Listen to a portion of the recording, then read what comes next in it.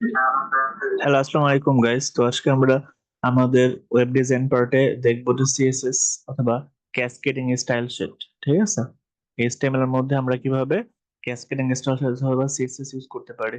ঠিক আছে, তো সিএসএস বলতে বোঝায় ক্যাসকেডিং স্টাইল শিটস, যেটা হলো একটা কম্পিউটার ল্যাঙ্গুয়েজ, যেটা হলো আমাদের ওয়েব পেজের স্টাইলিং এবং লেআউট কন্ট্রোল করে।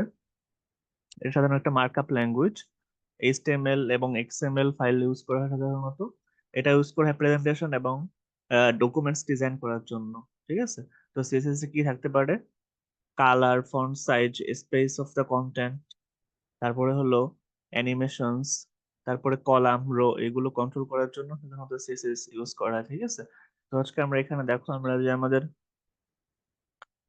অ্যাটম শেয়ার করেছি, তো এখানে দেখো আমরা তিন ধরনের সিএসএস ইউজ করছি। একটা হলো ইনলাইন সিএসএস, ঠিক আছে, যেটা হলো আমাদের এইচটিএমএল ট্যাগের মধ্যে আমরা ইউজ করতে পারি। তারপর হলো একটা হলো ইন্টারনাল সিএসএস, যেটা আমরা ডিরেক্টলি কি করতে পারি, বোর্ডের মধ্যে আমাদের ট্যাগ ইউজ করে কালার চেঞ্জ করতে পারি, ব্লু, রেড অথবা গ্রিন, যাইতে দিতে পারি। একটা হলো এক্সটার্নাল সিএসএস। এক্সটার্নাল সিএসএস বলতে বোঝায় কি, যে আমরা একটা লিংক রিল দিয়ে দেবো।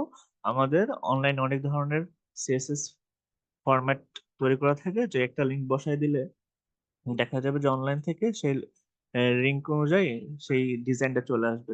এগুলো এক্সটার্নাল সিএসএস। ঠিক আছে, দেখো এখানে আমরা কি করছি, আমরা প্রথমে টকটাপ এইচটিএমএল, তারপর এইচটিএমএল হেড স্টাইল, একটা স্টাইল নামে ট্যাগ ইউজ করছি। তো স্টাইল ট্যাগের ভিতরে আমরা ইনলাইন সিএস এর জন্য কোডটা কি লিখছি দেখো, এইটন। এইটন হলো আমাদের একটা ট্যাগ।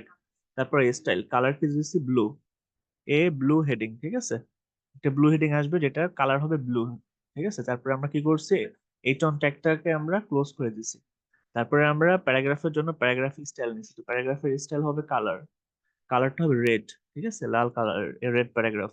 ঠিক আছে, একটা লাল প্যারাগ্রাফ দেখানো যাবে। তারপর হলো ইন্টারনাল সিএসএস। তো আমরা চাইলে তিন ধরনের সিএসএস যে কোনো একটা ইউজ করতে পারি।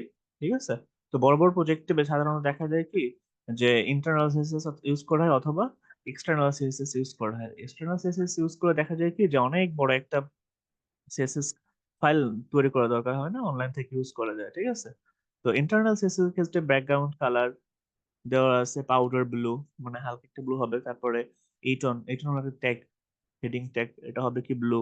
তারপরে প্যারাগ্রাফ হবে রেড কালারের। ঠিক আছে, তারপরে স্টাইল প্লিজ করা হয়েছে। তাই আবার এক্সটার্নাল সিএসএস এর ক্ষেত্রে জাস্ট আমাদের লিংক রেল, স্টাইল শিট, তারপরে এইচআরইএফ। ঠিক আছে, তারপর হলো কি, একটা স্টাইল ডট সিএসএস, একটা লিংক অনলাইন থেকে যে কোনো ওয়েবসাইট থেকে এনে তারপরে এখানে বসায় দেওয়া হয়। ঠিক আছে, তারপরে কন্ট্রোল এস দিয়ে সেভ করা হয়। তো আমরা আমাদের এখানেও জাস্ট সবগুলো লেখার পর আমরা কন্ট্রোল এস দিয়ে সেভ করছি। তারপরে দেখো আমরা এখন শেয়ার করি আমাদের পেজটা কেমন আসছে সেটা দেখানোর জন্য।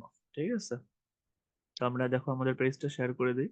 রান করে দেওয়ার পরে আমরা শেয়ার করে দিই আমাদের পেজটা কেমন আসবে।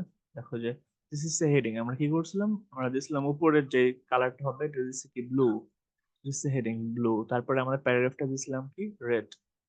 ঠিক আছে, তো যেটা যেহেতু আমরা এটা ব্লু দিছিলাম এই জন্য ব্লু আসছে। আর এটা যেহেতু প্যারাগ্রাফটা আমাদের ফন্ট গুলো দিছিলাম ছোট এবং দিছিলাম রেড কালারের, এই জন্য এটাও রেড আসছে। ঠিক আছে, তো এরকম ভাবে সাধারণত দেখা যায় যে আমরা আমাদের এইচটিএমএল এর মধ্যে তিন ধরনের সিএসএস ইউজ করতে পারি। একটা হচ্ছে আমাদের ইনলাইন সিএসএস, আর একটা হলো ইন্টারনাল সিএসএস, আর একটা হলো এক্সটার্নাল সিএসএস। ঠিক আছে, তো এই তিনটা বিষয় তোমরা মনে রাখবা।